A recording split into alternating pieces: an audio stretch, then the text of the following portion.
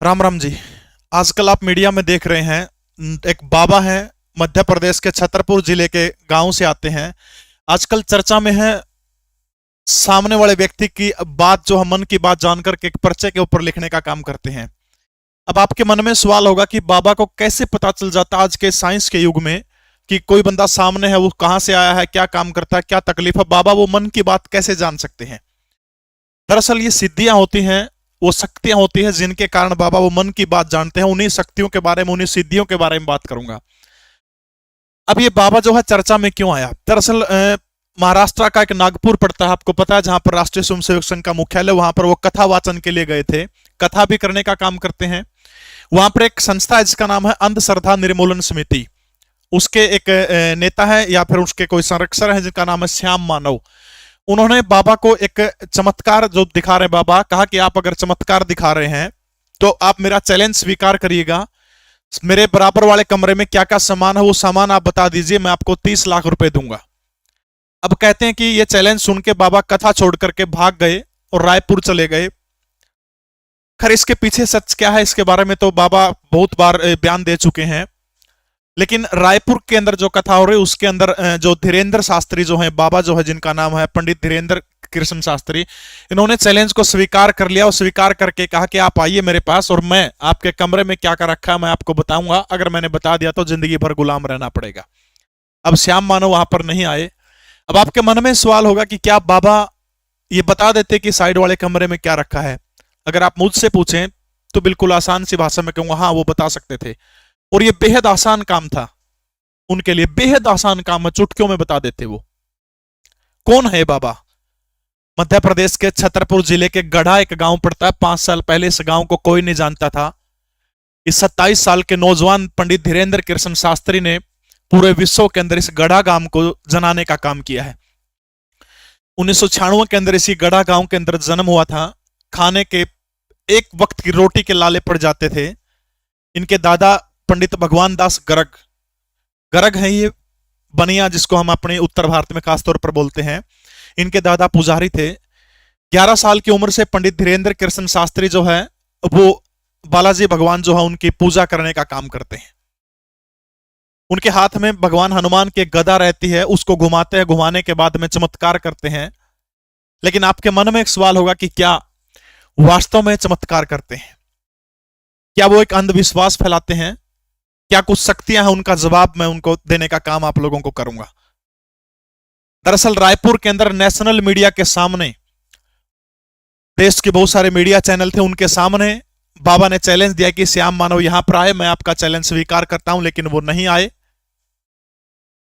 अब आपके मन में सवाल होगा कि वो क्या शक्तियां हैं, वो कौन सी शक्तियां हैं जो पंडित धीरेन्द्र कृष्ण गर्ग शास्त्री को आकर के बताने का काम करती हैं। उससे पहले धीरेन्द्र शास्त्री, क्योंकि वो खासतौर पर धर्म, जो हिंदू धर्म से जो लोग बिछुड़ के वापसी चले गए, उनकी घर वापसी करवाने का काम करते हैं बड़े लेवल के ऊपर, इसलिए भी वो निशाने के ऊपर रहते हैं। कुछ फोटो है मैं आपको दिखाना चाहता हूं, ये उन्हीं की फोटो है। अब उन शक्तियों का जिक्र भी करूंगा। ये एक फोटो इनके फैन के द्वारा वायरल की गई कि ढोंग सिर्फ धीरेन्द्र शास्त्री करते, यहां तो गाड़ी को पोइम सुनाई जा रही है। ये कोई पादरी है, नई गाड़ी कोई बंदा लेके आया, उसके सामने प्रार्थना कर रहे हैं कि गाड़ी ठीक चले। ये कहते हैं कि क्या ये भी अंधविश्वास नहीं है? एक और तस्वीर दिखाता हूं जो बहुत वायरल हो रही है। ये पंडित धीरेन्द्र कृष्ण शास्त्री हैं, कोई ब्रिटिश महिला है, उनसे गले मिल रहे हैं। ये फोटो बहुत ज्यादा वायरल हो रही है कि देखिए किस तरह से गले मिलते हुए एक साधु को शोभा नहीं देता। अगर मेरा पर्सनल ओपिनियन आप इसके अंदर समझो तो साधु जो होता है, दिल से मिलने की भावना होती है। हम माँ से भी गले मिलते हैं, हम बहन से भी गले मिलते हैं, क्या वहां पर हम गलत हो जाते हैं? अब इसके मन की भावना, इनके मन की भावना क्या है उसको कौन समझ सकता है? इस तरह के फोटो लगा के वायरल करना क्या उचित नहीं है। अब आपके मन में सवाल होगा कि वो शक्तियां, वो ताकतें कौन सी हैं? क्या सचमुच भगवान हनुमान आकर के उनको बताते हैं जैसे वो बालाजी का नाम लेते हैं? मेरा उत्तर है नहीं। भगवान हनुमान इतने सस्ते नहीं है कि वो किसी को आकर के बताएं कि सामने वाले के मन में क्या चल रहा है। अब वो शक्तियां देख लीजिए कौन सी है। सबसे पहला नाम है, एक सिद्धि है जिसका नाम है कर्ण पिशाचिनी सिद्धि।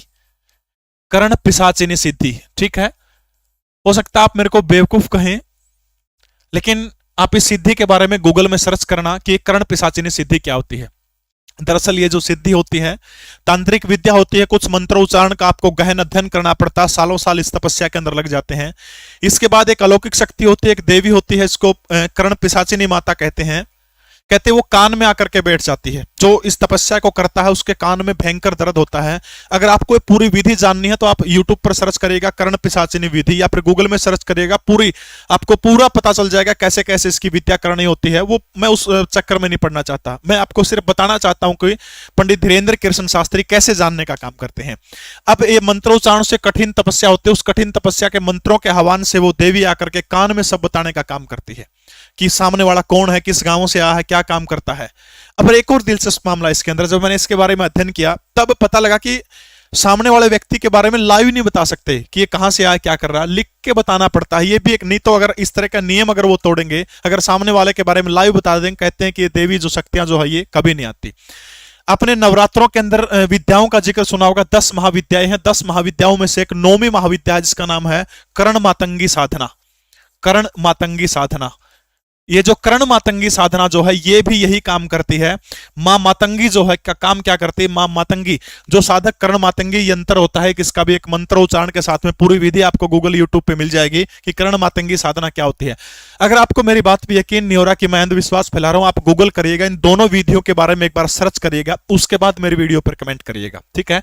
कर्ण मातंगी साधना के अंदर कान के अंदर आकर के कर्ण मां मातंगी बताने का काम करती है। सामने वाला व्यक्ति क्या करता है, इससे भूत भविष्य वर्तमान तीनों चीजों के बारे में पता चल जाता है। ये आप गूगल इनके बारे में कर सकते हैं।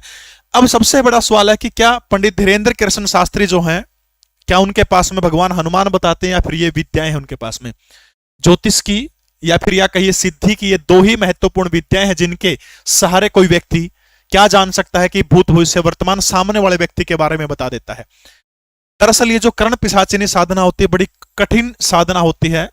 शास्त्रों के अंदर इसके बारे में जब मैंने अध्ययन किया तो कहते हैं कि यह साधना करने वाला व्यक्ति नरक भोगता है, या फिर उसका जो जिंदगी का अंतिम पड़ाव होता है वो इतना भयंकर होता है, वो इतना दुसावर होता है कि हर किसी को नहीं करनी चाहिए।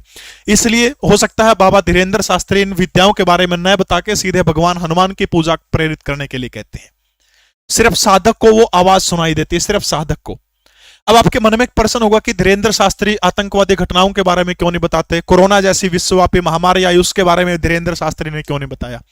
दरअसल ये जो विद्याएं होती है, चाहे मैं कर्ण पिशाचिनी की बात करूं, मां मातंगी साधना की बात करूं, ये कान में आकर के जो व्यक्ति सामने आता है, जो व्यक्ति का जिस व्यक्ति का चेहरा सामने होता है, आपने कई बार इनकी वीडियो आपने देखी होगी तो कई बार कहते हैं जरा जोर से ऊंचा बोलो। एक पंडोकर सरकार के बाबा हैं, मां तारा देवी दिव्य दरबार है, उड़ीसा में एक दिव्य दरबार, बहुत सारे दरबार आपको मिल जाएंगे, ठीक है।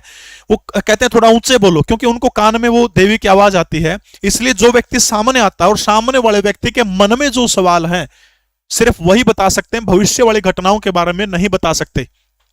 क्या इसकी जिंदगी में पीछे क्या क्या हुआ, सिर्फ उतना ही बता सकते हैं। ये भविष्य के बारे में इनको जानकारी नहीं होती, सिर्फ अपने तुक्के से अनुभव के आधार पर ये लोग बताने का काम करते हैं। तो इन विद्याओं के दम पर पंडित धीरेन्द्र ब्रह्म शास्त्री जो हैं वो सनातन का प्रचार करने का काम कर रहे हैं। 1% भी अंधविश्वास नहीं है, पाखंड नहीं है। हाँ, पहले गूगल करिएगा इनके बारे में, हो सकता है आप नहीं मानेंगे क्योंकि ये सिद्धियां बड़ी कठिन सिद्धियां हैं, कोई भी व्यक्ति इनको प्राप्त कर सकता है। बरसते इनके नियम, आपको जो नियम है वो नियम आपको उनके फॉलो करने पड़ेंगे। पूरी विधि आप गूगल यूट्यूब में सर्च करेंगे, आपको उसकी पूरी की पूरी विधि मिल जाएगी। अगर आप भी करना चाहते हैं तो ये विधि कर सकते हैं। भूत भविष्य वर्तमान की जानकारी, भूत की जानकारी पूरी की पूरी आपको हो जाएगी। ये गारंटी बहुत सारे लोग लेते हैं, आपको YouTube पे बहुत सारे लेक्चर इनके बारे में मिल जाएंगे। तो ये थे आज की कहानी पंडित धीरेन्द्र शास्त्री। आपको कहानी कैसी लगी कमेंट जरूर करिएगा। जय हिंद, भारत माता की जय।